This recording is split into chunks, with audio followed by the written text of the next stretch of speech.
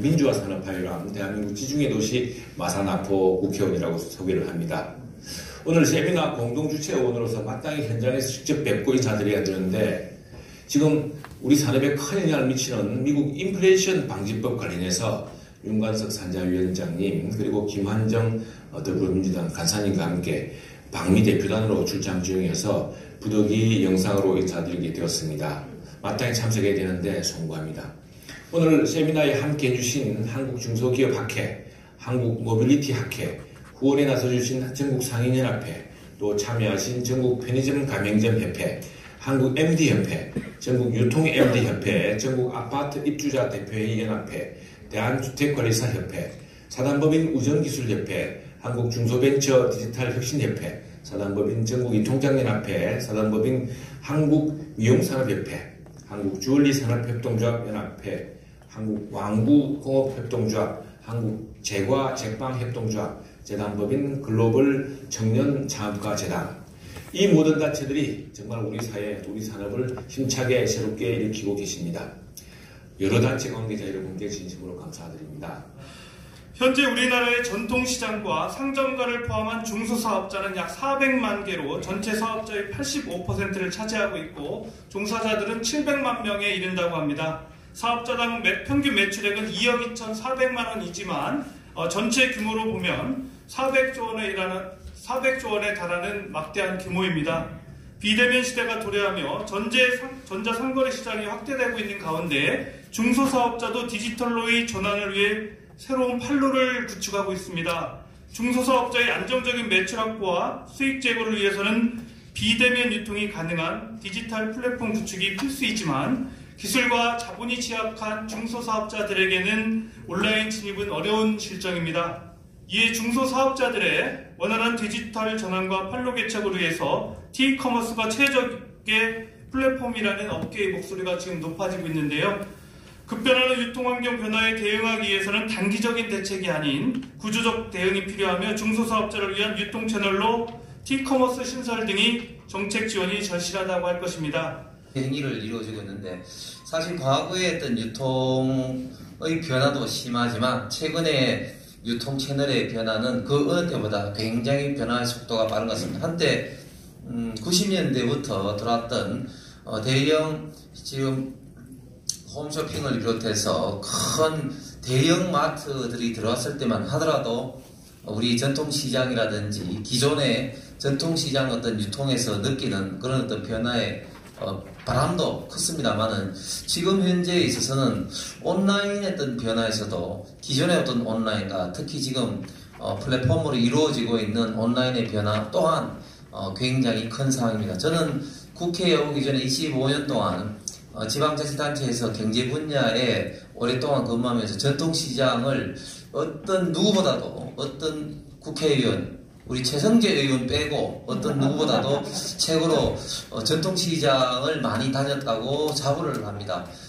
전통시장 개선 사업을 위해서 과거에 하드웨어적인 면에서 주차장이라든지 또 화장실이라든지 또 그리고 캐노피 사업 그런 걸 했다면 최근에는 이런 어떤 전통시장의 유통 채널을 어떻게 할 것인지에 대해서 정부도 고민을 하고는 있습니다만 그 뾰족한 대책이 없는 것도 사실입니다. 저는 최근에 저희 지역의 대학생들과 전통시장을 연결시켜서 전통시장의 각각의 아이템을 그 학생들의 좀 아이디어로 만들어가지고 좀 올린 그런 어떤 제 스스로의 어떤 그런 사업도 해본 적이 있는데요.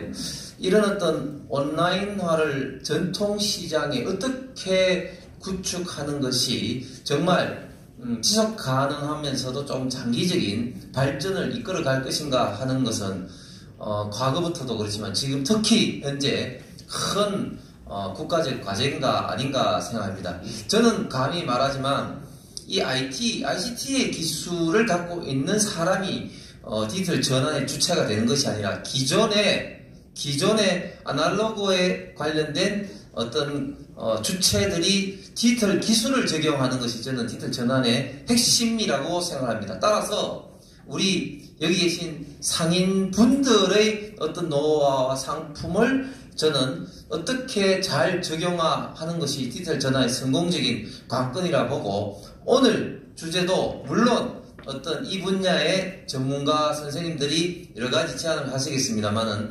여기에 종사하고 계신 우리 전통시장의 우리 상인분들께서 좀 더 주도적이고 좀 더 창의적인 안을 많이 제안을 해 주시는 것이, 특히 저희 같은 이정문 의원님이나 저희 같은 국회의원들과 정부에서 정책화했을 때 성공 가능성이 훨씬 더 높지 않을까 생각합니다. 오늘 이 작은 세미나지만 그런 측면에서 우리 상인분들의 의견이 많이 도입될 수 있는, 많이 그리고 적용될 수 있는 그런 생산적인 세미나가 되기를 진심으로 기원합니다. 감사합니다. 잘 아시겠지만 홈쇼핑이 만들어진 지가, 중소기업 홈쇼핑이 만들어진 지가 15년 정도 됐습니다. 저도 이제 그 당시에 중소기업 소상공인 전용 홈쇼핑 만들 때 관여를 했던 사람인데, 이후에 여러 가지 환경이 더 저변이 발달을 했습니다만, 지금 이종옥 교수님께서 말씀을 하셨지만 소상공인과 공동시장, 상점가를 둘러싼 환경은 그렇게 넉넉지는 않은 상황입니다. 이런 환경에서 우리가 정말 제대로 소상공인의 경쟁력, 상인들의 전통시장만의 고유의 특색을 가진 산업, 이거를 발전시키기 위한 이 과정에서 특히 이 온라인 플랫폼, 티커먼스, 이런 부분은 디지털, 이거는 상당히 중요한 의미가 있다고 할 수 있습니다. 지금 디지털이라는 여러 가지 새로운 팔로 시장을 넓히는 이런 부분들은 사실 그동안 전통시장이나 상점가에서 여러 가지 다양한 시도가 있었고 또 엄청난 성공 사례도 있습니다. 다만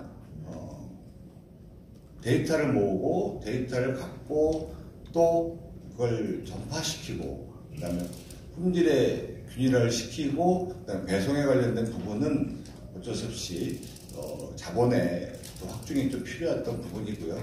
사실 그런 부분은 그동안 정부에서 꾸준하게 사실 지원했던 부분인데, 이것이 대기업들이나 일부 플랫폼 기업들한테 또 치우쳤던 감이 없지 않습니다. 벤처와 사실 중소상공인들과의 연관성은 상당히 동일하다고 할 수 있는데, 이것이 한쪽으로 기술적인 부분만 접근을 했는데, 제일 중요한 것은 상인들이 우리나라에서 차지하는 여러 가지 경제적 의미뿐만 아니라 여러 사회적 의미, 이런 부분까지 우리가 고려해서 정책을 펼칠 때가 됐다고 생각합니다. 그런 의미에서 상인용 티커먼스 디지털 플랫폼은 앞으로 우리가 그냥 선택해야 될 것이 아니라 우리나라의 여러 가지 민간, 그 다음에 골목상권, 그다음에 지역경제가 활성화되는 데 있어서 큰 중요한 의미가 있다고 할 것입니다. 오늘 상인연합회에서 우리 또 한승주 회장님 또 영광에서 올라오시고, 그 다음에 우리 권택수 부산에서 또 올라오시고, 우리 또 경기도 상인연합회 회장님도 오셨고요. 사실 많은 분들이 이렇게 참여하셨습니다. 그러니까 오늘 우리 편의점 협회 박윤장 회장님도 오셨고, 우리 피부미용 권혁환 이사님도 오셨네요.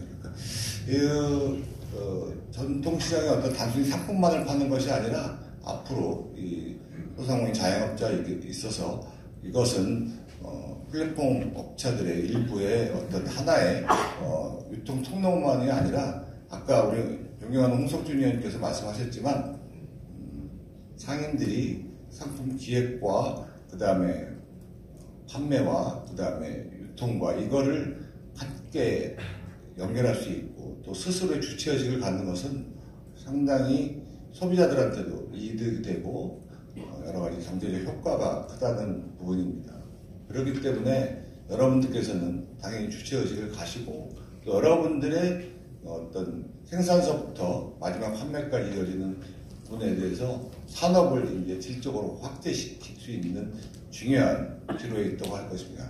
그러니까 여러분께서는 함께 어떤 국회에서도 관심을 가질 것이고요. 저도 지금 이제 저는 오늘 보니까 과방위에서 2분 의원 주최하셨고 그다음에 저 산자위에서도 2분, 4분이 주최하셨습니다. 저는 이제 그게 정리에 있는데요.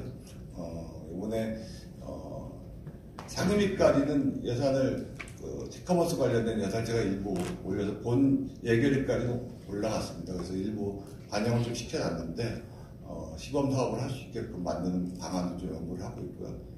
무엇보다도 여러분들이 이 어려운 시기에 돌파를 해서 소상공인 자영업자들이 노력하고 또 골목상권에서 앞으로 소기업, 대기업으로 발전할 수 있는 아주 경제 생태계 순환에서 중요한 역할을 할 수